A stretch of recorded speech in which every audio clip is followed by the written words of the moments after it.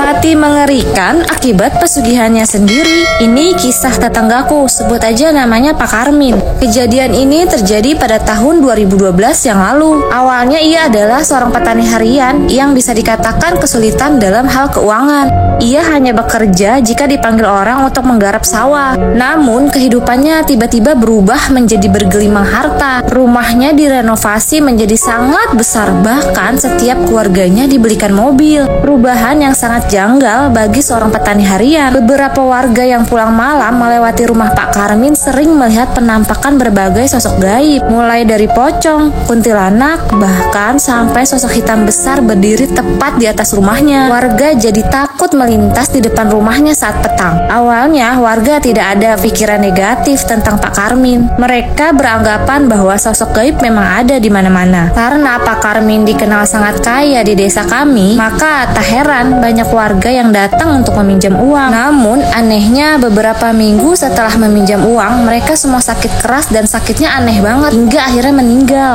Sulit dijelaskan dengan logika. Setiap kali ada orang meninggal di desaku, bisa dipastikan mereka punya pinjaman uang dari Pak Karmin. Warga yang mulai curiga saling bertukar informasi. Mereka jadi takut pinjam uang dari Pak Karmin dan selalu menabur garam yang telah didoakan di sekeliling rumah setiap menjelang maghrib. Sebulan setelah kematian seorang warga, tidak ada lagi warga yang meninggal karena sakit yang aneh. Entah mengapa, keadaan menjadi berbalik ke keluarga Pak Karmin. Anaknya yang paling kecil tiba-tiba meninggal. Ia meninggal dengan wajah biru dan keluar darah dari telinga, hidung, dan mulutnya. Aku dan warga saat itu tidak berani berasumsi negatif. Kami hanya berpikir mungkin itu karena virus. Namun seminggu setelahnya, anak pertamanya meninggal dengan lebih tragis. Ia meninggal dengan lidah menjulur keluar dan seluruh tubuh penuh dengan luka bekas garukan. Warga mulai berpikir negatif dan sempat ada ucapan bahwa Pak Karmin melakukan pesugihan, dan hal itu akhirnya terbukti. Ketika malam menjelang, terdengar suara teriakan dari rumah Pak Karmin. Serentak seluruh warga segera berlari menuju rumah Pak Karmin. Di rumahnya kami melihat dengan mata kepala kami sendiri. Pak Karmin menggeliat berguling-guling di lantai. Ia berteriak-teriak dengan penuh rasa sakit. Panas, panas.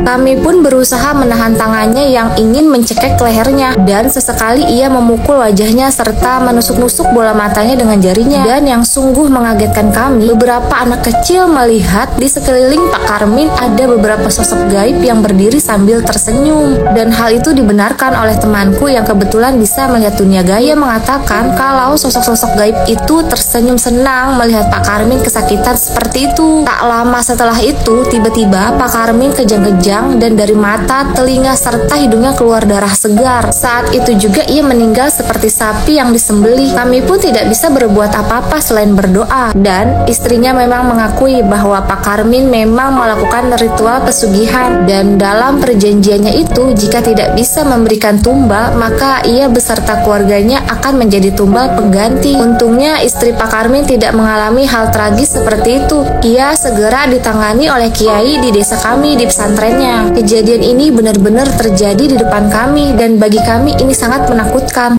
Jangan berenang malam hari kalau nggak mau kejadian kayak gini.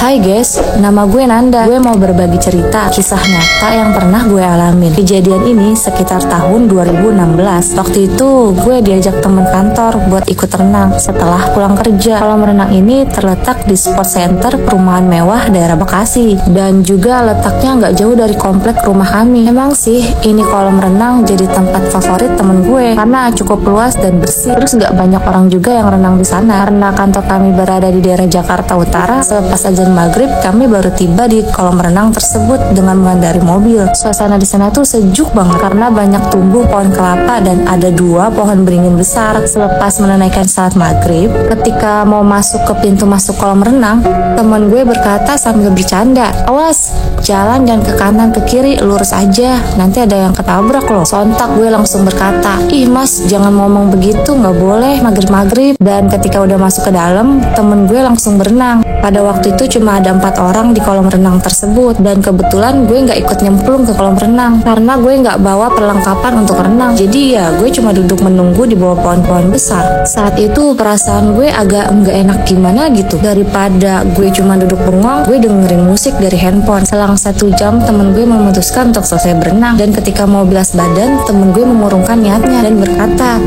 agak nggak enak, sepi banget. Udah gitu kamar mandinya besar, terus agak masuk ke dalam buat tempat bilasnya. Jadi gue langsung pakai baju aja deh. Emang suasana saat itu agak spooky karena kebetulan sedang gerimis kecil. Sekitar jam 8 malam, akhirnya kami pulang, dan ketika melewati pohon beringin yang besar, temen gue ngomong lagi, kalau jalan tuh pelan-pelan, jalan di tengah aja, nggak usah ke pinggir-pinggir. Gue pun kembali protes ke temen gue untuk nggak usah ngomong begitu. Meskipun mungkin cuma bercanda, tapi saat itu gue ngerasain hal yang gak enak. Di tengah perjalanan pulang, kami ngobrol-ngobrol sambil dengerin musik yang diputar agak pelan. Ketika berhenti ngobrol, gue ngedenger suara siulan, jelas banget. Gue pikir temen gue yang bersiul, jadi gue masih cuek aja. Tapi suara siulan itu terdengar dari bangku tengah, tepat di belakang gue. Karena merasa aneh, gue ngeliatin bibir temen gue itu buat mastiin bener gak dia yang bersiul. Tapi bibir temen gue tertutup rapat. Gue langsung nanya, Mas, dari tadi lo yang siul-siul ya? Temen gue langsung menggeleng, enggak kok.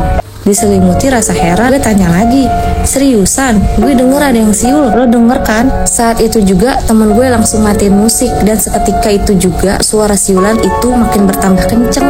Jelas banget kami semua dengar suara siulan itu. Temen gue langsung nengok ke belakang. Sambil senyum dia bilang, ada yang ikut tuh, suka sama lo kayaknya. Entah itu candaan atau kenyataan, tapi saat itu juga rasanya gue mau nangis. Karena suara siulan itu terdengar deket banget di telinga gue, sampai hembusan napasnya pun terdengar. Nah, pas mau sampai rumah gue, temen gue ngomong lagi sambil lihat ke kaca spion tengah mobil, kalau mau ikut boleh, tapi nggak usah siul-siul juga. Gak lama kemudian suara siulan itu pun hilang. Kejadian denger suara aneh udah beberapa kali gue alamin, tapi kejadian yang ini nggak bisa gue lupain karena suaranya tuh bener-bener seperti berada di belakang gue. Pesan dari temen gue yang selalu gue inget itu, kita punya Allah, gak perlu takut, berdoa aja, pasti Allah bantu.